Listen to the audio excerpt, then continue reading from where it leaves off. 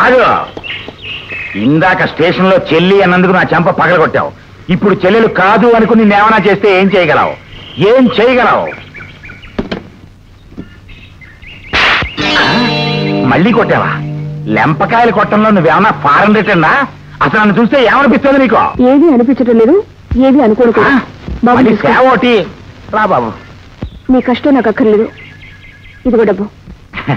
డబ్బును చూసినా మీలాంటి వారిని చూసినా శ్రీ మహాలక్ష్మిలా కనిపిస్తారు. ఆ సూట్ కేసు కూడా ఇయ్యమ్మా.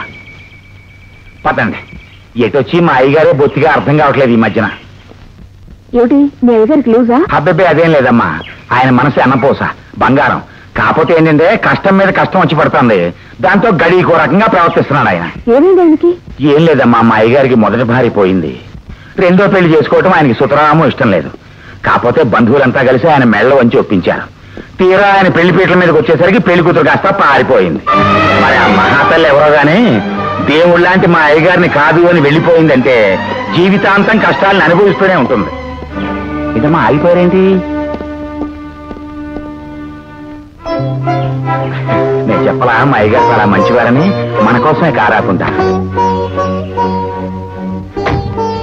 అమ్మగారు, అయ్యగారు వచ్చి మిమ్మల్ని కారెక్కమన్నారు. మరి నన్ను దొంగకి రైలుతోలే వెధవి నిన్నెందుకు రమ్మంటారు? అయితే ఈవిడ రాదు పో. వీడు శుద్ధ పోసుకోవాలమ్మా. మీరు రండి. సారీ, నేను రాను. అదేంటి అమ్మగారు? తాగుబోతు కారులో నేనే కాదు ఎవరు రారు. నేను ఇలా అన్నానని మీ అయ్యగారికి వెళ్ళి చెప్పు. అక్షరాలా చెప్పు. వెళ్ళు. పిలిచి కారెక్కమంటే నోటుకొచ్చినట్లా మాట్లాడతారా? లోకం ఎంత?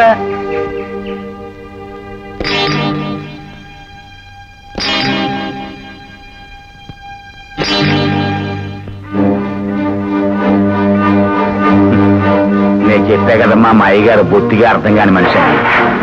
ఇప్పుడు అలా బుసలు కొడుతున్న కారు మన కోసం వెనక్కి రానవచ్చండి, రాకపోనవచ్చండి. వెళ్ళిపోయిందండి, ఇంకా రాదండి. పదండి.